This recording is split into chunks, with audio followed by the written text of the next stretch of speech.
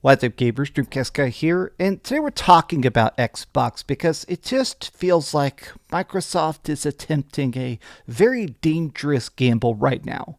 Just a few minutes ago, they announced that Call of Duty is coming to Xbox Game Pass, and while people are initially extremely excited, I think this comes with some goods and some bads, and I want to discuss why this is such an interesting experiment that could lead to the death of Xbox.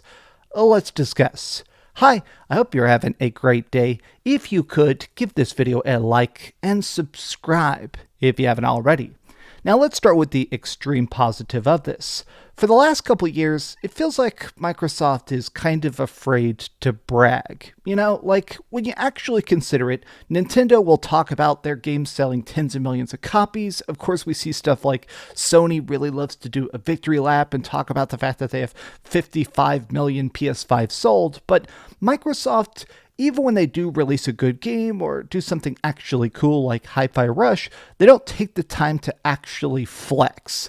This, to me, is maybe one of the biggest Xbox flexes I've ever seen because they're announcing that the next Call of Duty is going to be on Game Pass before we've even actually seen it. Like, we haven't even actually seen gameplay or multiplayer or anything. And to me, that's kind of interesting. And if you look at the replies, a lot of people are kind of reflecting back this air of confidence.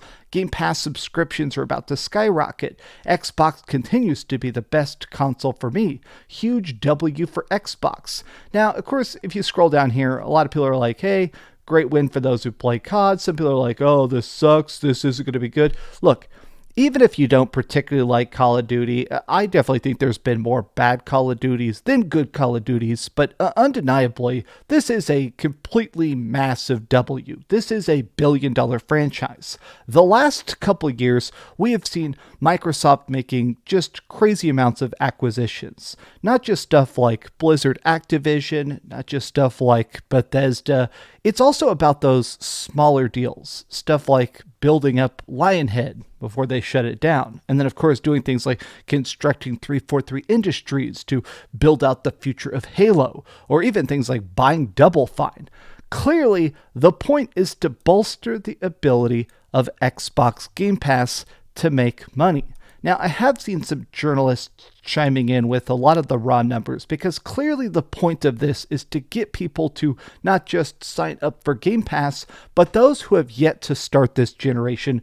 The raw numbers have actually been kind of shocking, but there has been a lot of reports that, 50 million people are still gaming on their PlayStation 4s. This is coming to PlayStation 4. There's already been some leaks that it's coming to PS4, PS5, PC, and Xbox. So it sounds like they could actually get some people to go straight from PlayStation 4 to Xbox. At least that seems like kind of the idea behind this.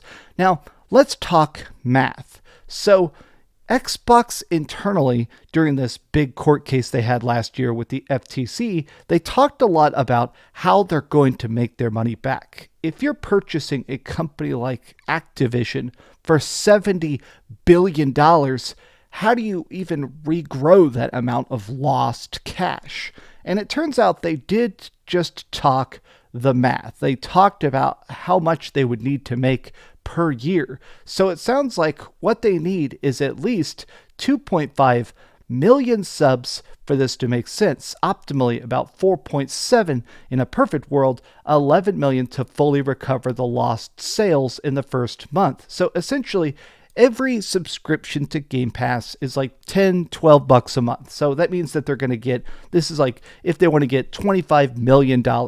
So essentially, if they want that back, they have to try and find a way to get to 11 million subscribers in the first month. Obviously, that's not going to happen. Xbox Game Pass has been stagnating. This isn't some weird business insult. Microsoft has talked about the fact that they just can't get people to sign up for the service, which is why they keep doing those $1 for the first month kind of deals. So if they're trying to basically get what sounds like a 100% increase in size, It's interesting, but hold on. I wanted to refresh this because I did see other people chiming in on this math. So a lot of people are discussing that 2.5 million number, and it kind of shows the fact that this does just come down to trying to make the most money back in the shortest amount possible to keep Microsoft from probably shutting down Xbox. And a lot of people are saying there's no way they're going to achieve that. There's no way this is going to lead to more Xbox Game Pass subscriptions. Like, I am a big believer in the fact that Game Pass doesn't suck, but it also feels kind of irrelevant. I mean, you can play games on PC, you can play games on your Steam Deck, you can play games on your PS5 or your Nintendo Switch, but like Xbox Game Pass, the original advertisements of it made it seem like we were going to be getting Xbox exclusive games, stuff that you couldn't get anywhere else, like Starfield and Hellblade and Minecraft or whatever, and they would be best on Xbox. And I guess that just doesn't feel true. I mean, even when those games are half decent, they don't feel like they're worth that $10 a month subscription. Now, here is the one entry that I found the most fascinating. Matt Piscatella is an industry analyst, which means that he's a guy who's kind of paid to make educated guesses that sometimes are very uneducated. No offense to Matt Piscatella, but if we're being very honest, the man has been wrong a lot. Now, being totally fair, it is pretty obvious that Matt Piscatella, for all of his good industry analysis stuff, he's also made some incredibly dumb guesses. At one point, he predicted that by the year 2025, there could be as many as 100 million people signed up for Xbox Game Pass. I mean, sometimes his speculations are drastically incomplete at best.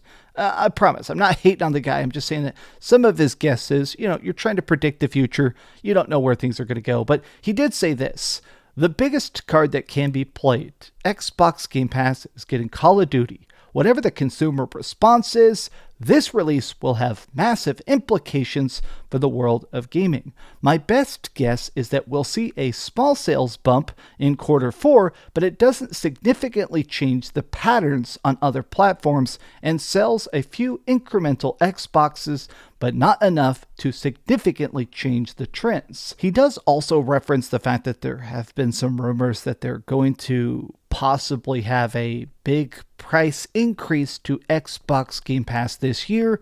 If they do that, I do think it's going to be a mixed bag. Maybe people sign up for it, but only for a single month instead of long term. Now, this is cool, but I think it is a sign of the times. Xbox is currently in panic mode. It's pretty obvious that the reason we have not heard from Phil Spencer in a while, or Sarah Bond, or Matt Booty, or any of the people that are actually at the top of Xbox ever since they started shutting down studios, is because I think Microsoft has stepped in and said, hey, it's time to make money. It's time to figure out any way possible to get people to sign up to Xbox Game Pass.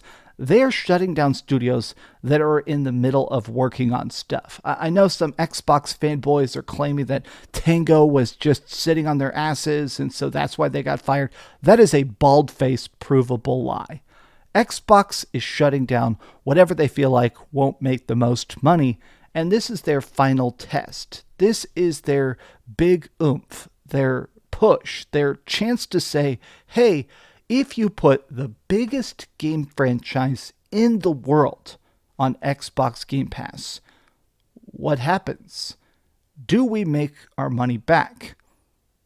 I guess we're going to find out. But what do you guys think about this? Are you excited for Xbox Game Pass getting Call of Duty, or does this just seem like a whatever? As long as it comes to PC, I mean, honestly, this does have cross-play. If I can play it anywhere and it's cheap on Game Pass, I have an Xbox Series X. I'm going to play this on Game Pass. I mean, screw it. Why pay if I can get it for the thing I already paid for?